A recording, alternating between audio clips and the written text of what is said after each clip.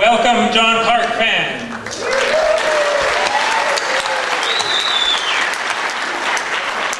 Okay, my name's Peter Parry. I'm going to be the MC for the evening. My chief claim to fame is I'm the partner of the author of John Clarke Explorer of the Coast Mountains.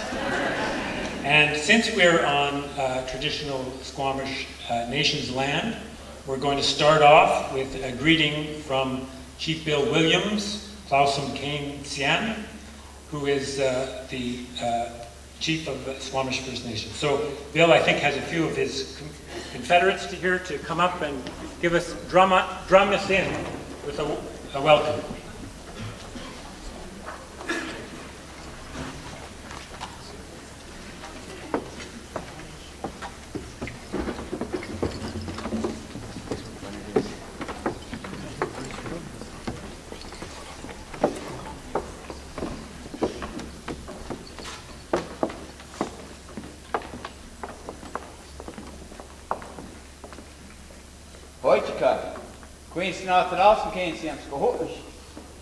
I am one of 16 hereditary chiefs of the Squamish Nation, and I'd like to thank you for putting your heart in a good place to be here this evening. It is wonderful to be able to see all the beautiful smiling faces, when the lights are on, of course. And I'd like to sing a prayer song, I guess. A morning prayer song called Reading of the Day by a lady named Sequoia. She lived over Papiak, which is Brockton Oval, today's mapping.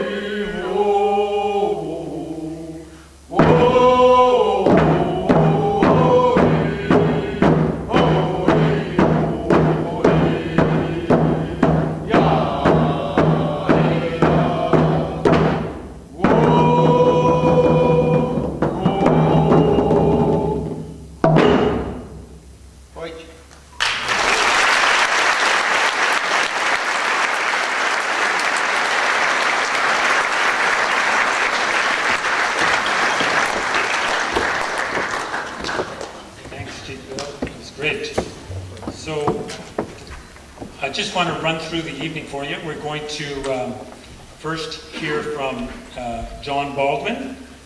Then we're going to hear from Nancy Bleck, and then author Lisa Baile. Then we're going to have an intermission, and we'll get you back from the intermission because we're going to have the raffle right after the intermission, the door prizes. Then after the intermission, we're going to have a screening of Bill Noble's award-winning movie about John Clarke, Child of the Wind. And then Lisa's put together The Far Side, images of John Clarke to music. And then we'll have Chief Bill and his colleagues come back and drum us out. So the next speaker is somebody else who hooked up with John Clarke in the mid-90s around conservation issues. Lisa Baile is a mountaineer. She likes to go on long traverses, usually drags me along, she doesn't go solo. And she heard John speak in those years after Randy Stolpen died, and she sensed John's passion and his ability to capture people's imagination, especially kids. And together, they started a program called the Wilderness Education Program, which was complementary to the Witness program, but had a different purpose, which was to go into the schools and to talk to kids. So Lisa was the behind-the-scenes organizer, and over the years that they ran that program, John got out to talk to over 35,000 kids and take many of them out into the mountains. And that program was going strong even when John developed his brain tumor and went on and died. And it is still going strong, so it's something that has remained. And after John died, Lisa kept thinking that someone would write a book. And she waited, and a few people suggested they might do it, and then she realized that she should do it. And so she's going to tell us how that came about. So, Lisa.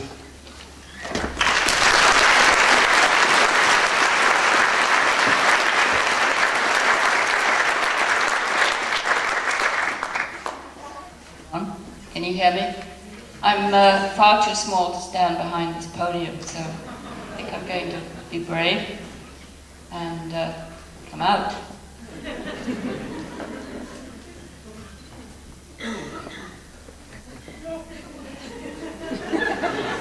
So it's a real privilege to be here. I can hardly believe it's happening after all this time.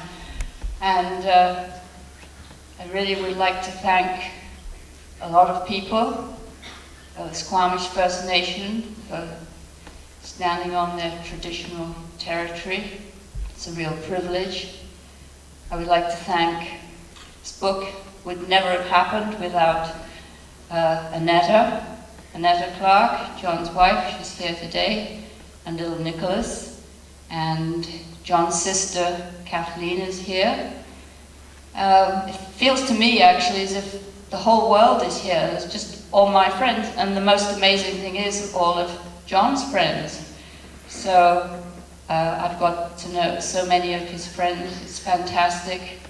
And the other part, well, without all of you, and I think half the book is in the audience, or half the audience is in the book. I'm not sure which way it goes, but really, without you, it would never have happened, and I thank everybody for all their time, their memories, helping with computers, maps, and all of those things, and it was terrific working with Harbour Publishing. I think I'm going to apply for a job soon. I want to know what goes on behind the scenes, and it's fascinating.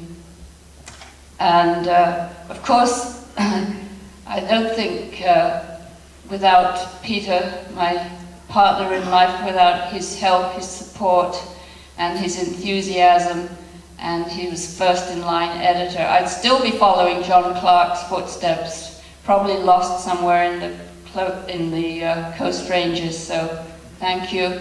And how many of you here have been John Clarke or John Clarke believers? I mean, I want to hear a huge noise because John's up there and he wants to hear you. So is there anybody out there that knew John?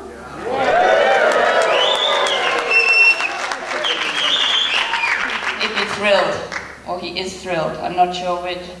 So it's still a bit of a mystery to me how I came to write this book. Oh, I've got to move some slides forward. Because look at this guy. This is John. I mean, he's about 27 years old. He's a loner, he's scruffy, and he lives in the mountains. And he'd spent his whole life there. I mean, 40 years. That's, you know, that's an eternity. And he's been climbing more peaks than anybody that I know of. I mean, 600 first ascents. But he'd probably be the first to say, mountains, I don't climb mountains.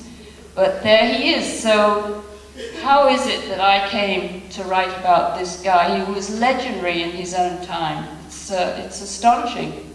So it's a bit of a rambling story, really. It goes back a bit. And this is sort of how I think of life. It's a bit like a river. You go along in the stream, and you may get caught up in an eddy for a while, or you may take another course, or you get swept along, you're never quite knowing, you know, in which direction you're going to end up. And I think that's what my life is like. I mean, when I grew up, it was on a farm in the flatlands of Lincolnshire, sometimes even below sea level. So how would I have any idea that my biggest passion in life would be one day was climbing mountains and exploring the wilderness of British Columbia? So there. Anyway, I suspect, you know, that it has something to do with my four brothers. Here they are. I'm about 5 years old, and it becomes obvious that, well, they're bigger than me, they're older, and worst of all, I'm a girl. And fortunately, it looks as if I'm a girl with an attitude, so that helps. And also, from living on the farm, it soon became clear that I wasn't going to be one that was going to take over the farm. So I had a choice, it was secretary or nursing. So I chose nursing, but you know, it wasn't much of a choice. And after I'd finished my training, my brothers were all married, and that year, every one of their wives were pregnant. One of them was having twins. So I fled to Canada. I wasn't going to be nanny. And after about another decade, I've been in Canada, I didn't return. I joined the protection of birds in Quebec. In Quebec. I was living in Montreal at the time, and that's another strange thing. I don't know if it's chance or not. But on our very first outing, we went down to Keene Farm in Upper New York State. And as it happens, this 130-acre beautiful property belongs to the the Montreal section of the Alpine Club. And I started talking with the guys and people there, and they were going out, and I thought, wow, that's much more exciting than bird watching. So I never did get out bird watching, and I got hooked on mountaineering, and I've never looked back. And then another happening, and about this would be about 1977, I moved to Vancouver. And there at right on the doorstep, the Coast Range Mountains, and of course I was smitten. And I had to, you know, I joined the Alpine Club, and I joined the BC Mountaineering Club. And I remember, actually, I went to one of Don Searle's slideshows. Don's in the audience, and I thought, oh my God, there's so many mountains out there, and I haven't even climbed one, you know, I better get a move on. So I did. And then, of course, if you're in the mountaineering community, there's no escape from John Clarke. He's written, you know, articles in the Canadian Alpine Journal, and you know, these legendary accounts of his solo expeditions all over the Coast Range. And of course, there were the slideshows.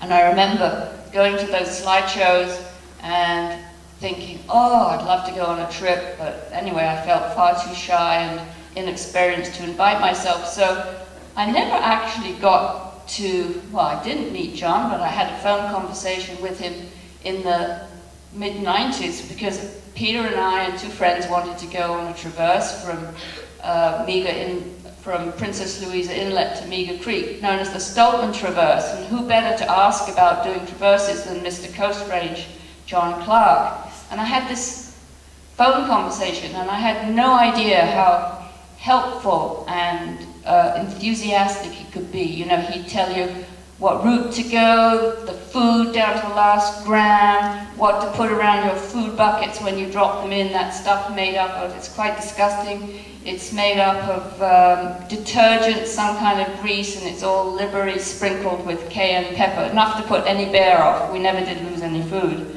So that was John, and it wasn't until, actually, well, that traverse was a life changer for me when I came back, and I was determined I was going to keep these wildlands wild. So I committed to doing conservation work. And the next year, I met John, who'd also come down from the mountains. He'd taken the wilderness to the people of British Columbia. He was giving them slideshows and teaching about the wilderness areas that remained and should be protected. So I got to know John that well, and I was blown away. This guy gave the most incredible slide presentations, because as you can imagine, he was like an encyclopedia. He was a walking encyclopedia of information. He had images most of us couldn't even dream about seeing these remote places. He was entertaining and, in fact, downright hilarious a lot of the time. And he was just a natural teacher. He wasn't all doom and gloom. He was, you know, lighthearted, wonderful, and everybody from all sides would listen to him. So after that year, I was thinking, John, well, we should go into the schools. We should start this, the wilderness education program, because, you know, these are young people, they're our future leaders, these are our decision makers, and let's get them connected with the outdoors, with nature. So John was the wilderness educator, and I did the kind of the behind-the-scenes work and organized the program, raised funds and all of that stuff, and he went into the schools. And we did indoor and outdoor education. So he'd go into the classroom, and he'd get the kids out into local parks or more remote wilderness areas for overnight trips. Here's a bunch of kids at the Seymour. Some of them, they had no idea, you know, they hardly knew what trees were or old growth or anything, so it was fantastic. Of course, John was a big hit, and for the next 7 years, about 7,000, you know, kids and teachers went through that program. John loved it. He was such a natural. Here are a few kids above Sims Creek, out River Creek. They're on a big trip there. There's isn't that a four-cupper I see? John's waving. And of course the kids, the younger ones, used to love to draw what they saw in John's slideshows. And this is actually John giving a slideshow, so I kind of like that. And Nancy has told you all about the Witness program. So John started the Witness project at the same time as we were going into the schools. He was a very busy man. And at that time, he wasn't going back into the mountains. I said, it was after a while, I said, you've got to go back. You know, you've got to take your 2 months off. You need to do R&D, get back in there. So he was happy. So this is where it all started. This is our house in Kitts. John lived in Richmond. So he practically lived in our house. And over the next 7 years, we really got to know John well. And the boys, 2 of the boys, they're here tonight. And the grandkids are here tonight. Anyway, the boys have moved out. John moved into what he called the dorm. And he kept his gear in our basement, and he would dash off to the schools, and I stayed at home behind the computer. Well, I was working too at that same time. So the biggest thing was when he'd come back in the afternoon with all these tales of what he'd been doing all day. It was fantastic, and he could imitate the kids, you know, he knew all the nuances, everything, accents, whatever it took. And in fact, I only remember one time he came home and he was fed up. He said, you know, the best thing about today was that I got stuck in the traffic for 2 hours. It must have been a really bad day. One of the most endearing things about John was he'd show up at dinner time at the door. He never really expected dinner, but it was nice, he thought, if you were there. So, and then he used to tell stories. I mean, amazing stories, you know. Stories of the Coast Range, and he'd take you up and down the inlets. These just fabulous spots, you know, Jervis, Toba, Okino Lake, and across the ridges, and we'd be sitting there absolutely gripped. I mean, this was the stuff of magic. And I remember one of those stories. I remember many stories, but I had to choose one. And John was never to be put off by, you know, if a peak had evaded him, he'd go back and he'd get it. So this peak is called 8503, because that's how high it is. He was determined he was going to pick it off. He had a few days. So he had a lot of surprises on that trip. And the first one, he lands in Butte Inlet, and here's the inlet, and you can see there. And he's just about to take off. And then all these whales, 6 whales, come barreling along, and one of them peels off from the pod and comes right up to him. So that was an omen, I think, and he goes up he's up in the Alpine, it's broiling hot, puts his tent on the snow, and then the next morning, he goes over a little knoll, and he sees this apparition. There's this helicopter. There are 4 people, they're lounging in deck chairs. They have cold drinks in their hands. There are these shade umbrellas. And there's this multicolored windsurfing sail stuck in the snow. John said, well, we gaped at each other as if we're from a different planet. Indeed they were. So that was pretty amazing. And it's interesting because he climbed the peak with no problem, and he came barreling down. He thought, oh, I've got a trip with John Baldwin. So he got back down to the inlet again. There you are looking down. And then he realized, oh, I forgot to arrange for any transportation, and my trip's in a few days. So then he realized there were no planes because it was fire season and the logging camps were shut down. So anyway, he in this 30+ heat, he got all these green boughs together, and he piles them up, and he's making smoke, and it's ridiculously hot, and the flies are bad, and he hasn't any food, maybe a couple of tea bags, and he left his chocolate out, and the mice ate it. And this went on, you know, he's friends with the otters, the seals, the eagles around there, and he was feeling like Robinson Crusoe. He'd hear a boat, and he would, you know, he would put more boughs on, and then he would put on his white shirt and stand against the dark alders, and he said he literally filled the Butte Inlet with smoke. He said, I never realized you could fill it with smoke and nobody would notice you in the middle of fire season. And he was getting up at 5 to make these things, and he was hoping, above all, that nobody would rescue him from Vancouver. He knew John would find him, but he didn't want people searching for him. And then one morning he got up and he made this enormous fire, and then this plane came over and it kind of signaled, and it was coming back. By that time his stomach felt like the size of a walnut, but he got taken off, and I guess he did that trip with John. Well, the other stories he used to tell us about were his early days in Ireland, where he grew up, and here he is. John, isn't he cute? He's 1 year old. And he doesn't look much like a Mountaineer yet, but it didn't take long.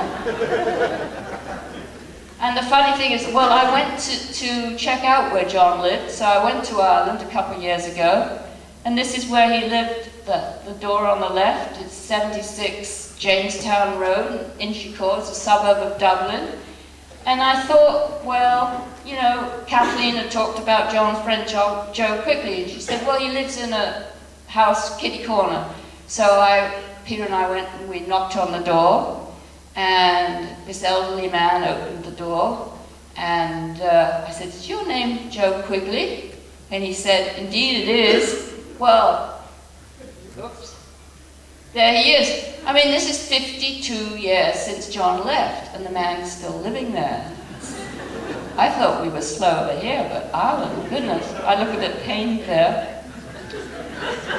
John went to school about 2 kilometers away. This school is a mixture of monastery, church, and school run by the Oblate Fathers. And he went there, rain or shine. And then in 1958, the Clarkes emigrated to Canada. In fact, there they are on the steps with the people they stayed with those first few weeks. And that's in East Vancouver. Then they moved into their little house in East Vancouver on Rupert Street. Aren't they cute? Look at them. On the left is John's brother Kevin and Kathleen, who's in the audience. Kathleen, you there? Oh, she's not talking. John's mother, Bridget, and John on the right. All very proper looking kids. And yeah, they grow up soon. John's dad in the middle with Kevin on the left and John on the right. But John soon discovered the mountains. It wasn't long before he was hiking, going out there. There he is with his ice axe, and out whenever he could. They moved into this is a craftsman house on Point Grey Road where they moved after about 10 years. And the best thing about the house was that they had these fantastic parties. The Clarkes were great with parties. They never stopped, especially Kathleen. She was the party girl. And there's Mum and Dad and John with his girlfriend Teresa. And of course,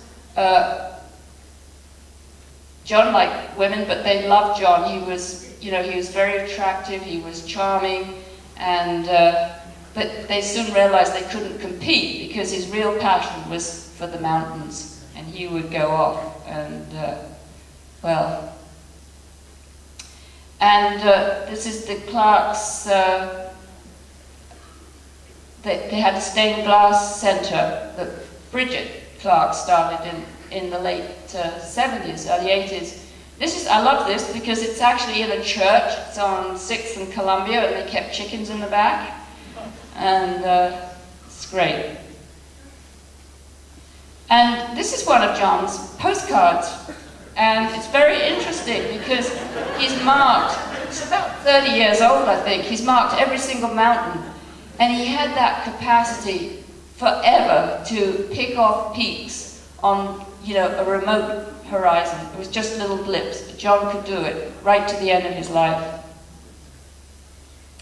And he did go to UBC, but as he'd be the first one to say, he would have done better if it hadn't been for the mountains. And here his chemistry book, but it's actually that his very first ski trip he went to the Manatee with the BCMC, and Esther's here, and she was the leader of that trip.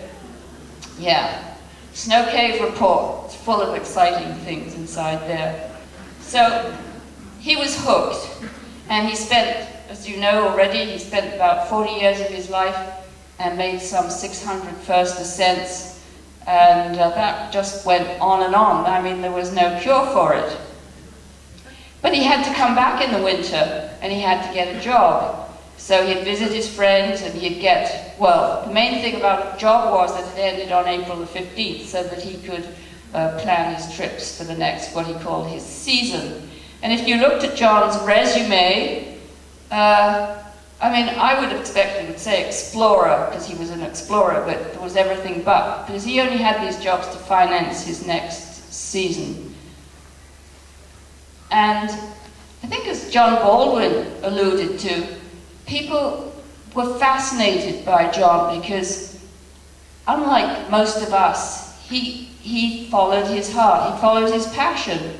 And, you know, they envied him for this. And as John said, you know, his boss at Maynard's, when John was working there, would say, well, I own Maynard's, but you get to take off whenever you like. You know, he was such a free spirit. We were all hung up with mortgages, kids, houses, dogs, cats, but John, no. He just avoided all that. He was a real minimalist. And here he is in the 70s. He's pretty gorgeous. He left home. He literally let his hair down. He had a great time. And there's some of those friends in the audience tonight, I know. And Jamie, are you here, Jamie? There you are. Jamie's second from the left. And John's the one with the pigtails. in the middle, and I think that's Janet, or is it Vivian? And then there's Dick Rogers on the end there. Dick's a good friend of John's. And John had surprising, he had some other passions, you know. I couldn't believe it when his interest in cars, especially old ones, and this is his 1951 Pontiac that his mum gave him.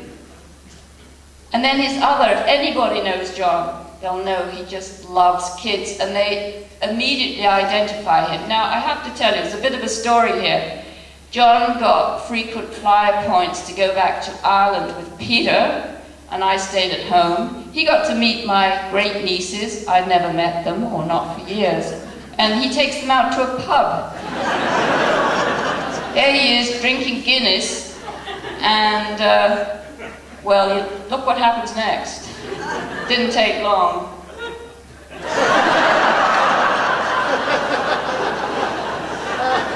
You know, it's funny because those girls still remember him, and they're gorgeous. They're in their 20s now. It's hilarious. And John's other passion was the heritage buildings in Vancouver. And he'd get up early in the morning to take photographs, and he used to tell us those stories, you know, and I loved it. He'd tell us about the corner stores, those ravines that had last vestiges of the old trees, these big old stumps, the blossoms and the old-timers. And he has the most marvelous collection of photographs. Here's just one for an example. The very first slideshow I went to at John's, he said, I couldn't believe it. He said, you're not going to see one mountain. What? And he proceeded to have an incredibly informative, entertaining slideshow of all the old buildings in Vancouver, which now have long gone. He was out there before anybody was photographing these buildings.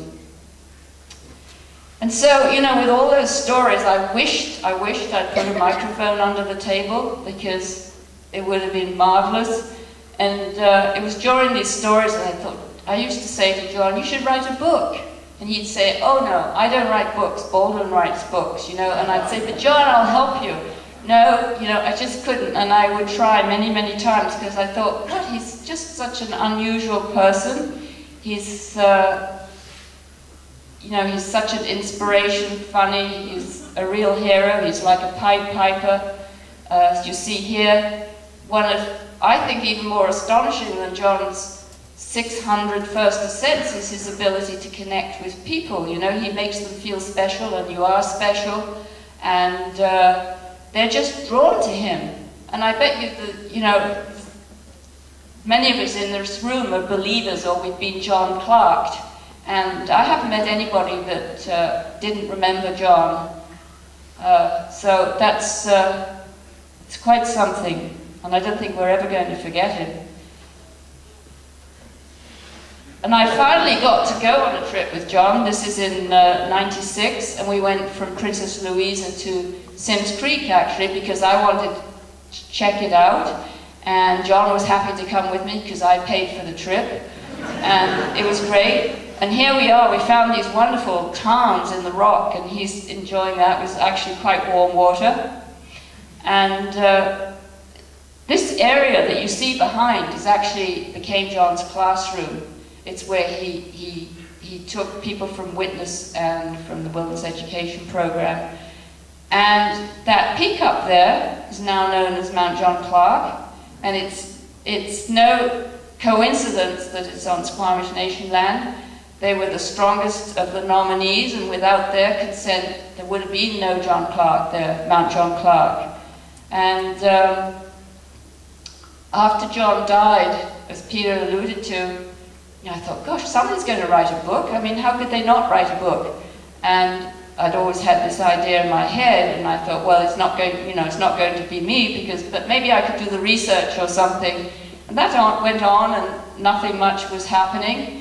And then it was actually at this spot here that where I was camped, and I thought, wait a minute, I know John's family, and I know all his conservation environmental friends, and I know a lot of the Mountaineers, and I know John Baldwin, and maybe, just maybe, I could write a book.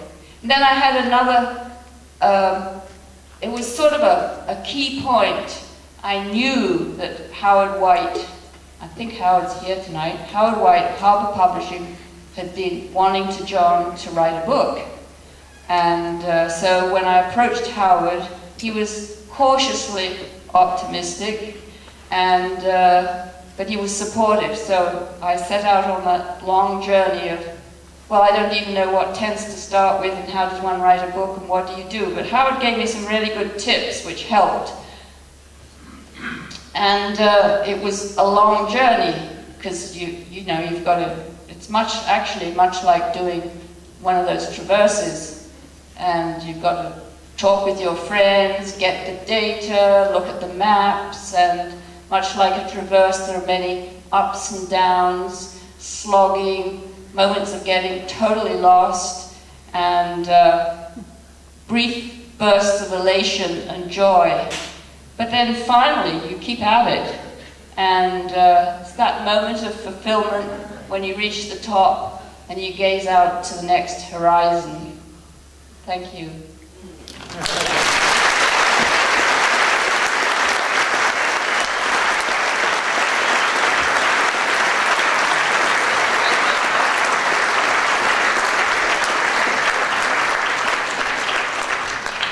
Okay, Lisa's going to read a little bit from your book. Do I have time? You have time. I'm the author. So, you know, when you go into the mountains around here, you think of avalanches and rocks falling on you and crevasses and all of those kind of things. But this story that I'm going to read from is, well, it's something you wouldn't have expected. And this was a time John wanted to pick off some peaks that he hadn't climbed before. It's 1977, it's above Kincombe Inlet, and he's going to exit at Night Inlet. And he managed to persuade Jamie Sproul, who's in the audience, and has something to do with his story, that Jamie should go with him. So they're heading out, and see if I got the right page here. I haven't. There it is. So this is just sort of a précis of the first part of the trip, and says, John and Jamie headed north. They cruised along the ridges, peering down into the valleys far below, and climbed everything along the way. Jamie climbed his first peak, built his first cairn, and even enjoyed the storm days. A number of days later, they emerged into the Cleaner Valley, which is completely unlike any other on the coast. Jamie described the scene and unfolding events. Moose have travelled through from the Chilcotin, and are permanently established here. The valley is wide and flat with a big variety of animals. We charged down the valley on miles of flat gravel, easily avoiding islands of trees here and there. We saw moose, deer, bears, geese, ducks, beaver, and eagles. Tall, dark, columnar cliffs rose from the opposite side of the river. Toward evening, something happened that we had never heard of before, let alone experienced. We were about to begin wading through a beaver pond, as it was the only likely-looking route. A lean black wolf trotted out in front of us, stopped and stared. We stopped and stared, mesmerized, our packs still on. Keeping its eyes on us, he let out a few barks, ran towards us only a few steps, stopped and growled. He then loped back to where he was before, threw his head back and started howling away as if we didn't exist. The howling stopped in half a minute, and he repeated the short charge towards us with more growls. When he walked back and started howling again, we realized he was calling more wolves. After 5 or 6 minutes of alternating the howling and charging, the yap of a second one in the thicket behind us not only confirmed our suspicions, but made us nearly jump out of our skins. I thought maybe this has happened to John before and he'll know what to do. But no, he was just as amazed as I. We had seen the remains of a moose kill earlier and felt very vulnerable. Since there wasn't enough loose wood around to keep the fire going all night, we decided to try the offensive. We threw our packs to the ground, took the ice axes, and charged the wolf in front of us, yelling and waving the ice axes. We were certain this would cause him to disappear, but amazingly, he only backed off about 40 feet. We returned to the packs, not wanting to get too far from them. The wolf now sat further away, but still watched us. We put on our packs and plunged into the beaver ponds to try and reach the logging road. The wolf paralleled our route for about a minute, and then we never saw him again. Darkness found us on the road, but we marched on to try for a logging camp. At 2 a.m., we couldn't take another step, put up the tent on the gravel beside the road. Years later, Jamie elaborated on the grand finale of their adventures. Next morning, we slept late, crawled out into the warm sun, and hobbled into the logging camp, still knackered. It was Sunday morning, and the guys had finished breakfast, and it was too early for lunch. All they had left were those huge platters of sugary cakes and donuts, but boy, were we hungry. At the logger's suggestion, John and Jamie clambered into Ernie's truck as he was on his way to the dump. Jamie continued the story. As Ernie turned the flat deck into the dump area, a fearsome group of black bears looked up, licking their lips in anticipation. It was chow-down time. Ernie jumped into the back of the truck and started to chuck black plastic bags onto the ground. The bears crowded around, opening the bags to check for delicacies. One black bear stuck his long pink tongue down the entire length of a bottle of ketchup. Then Ernie hopped down and started to organize the bears. John and Jamie were far too gobsmacked to take pictures at this point. Ernie's yelling, "You want pictures? I'll get you pictures." So he grabs a juicy T-bone steak, goes over to this bear he calls Bobo, that he obviously favors, lies down on the ground on the dump, which seemed pretty brave to me, and pokes this T-bone in the bear's face, but Bobo turns his head away. He's full. He'd been getting this special treatment ever since the camp opened in the spring. I guess he showed up at the dump as a skinny little bear and didn't have a chance without Ernie helping him. There's a picture of Ernie and Bobo sitting on a stump. He's got his arm around Bobo, and Bobo's wearing Ernie's sunglasses and his hat. Just unbelievable. Thank you.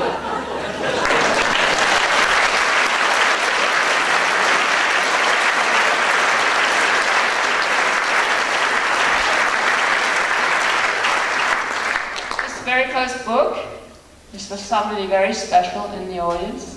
It's Nicholas Clarke. Is he here? I'd like to give this book to Nicholas. Is he too shy?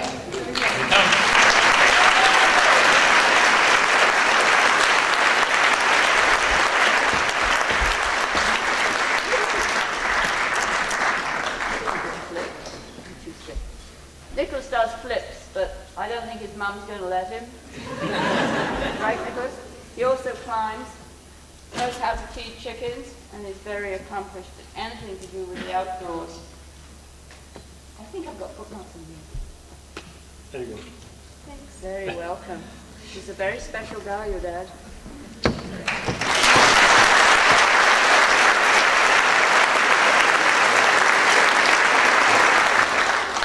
Well, tonight's been the closest I've ever been to a near resurrection. I think that John may not have been with us here in flesh, but I think we'll all agree he's been here in spirit. The words and images that we've seen, presenters have brought him back to us as close as he can get. And thanks, John. And thanks to one person who's made this all possible, the biggest member of the John Clarke fan club, and that's Lisa Baile, and I have a little something for her. Oh.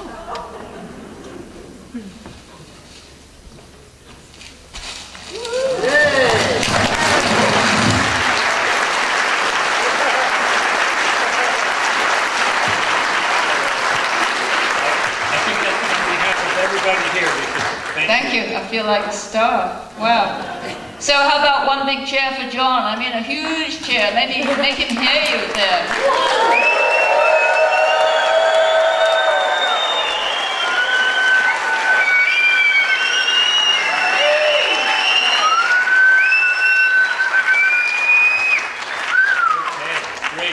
So Chief Bill, do you want to send us off? That would be great. Can you be as loud as that?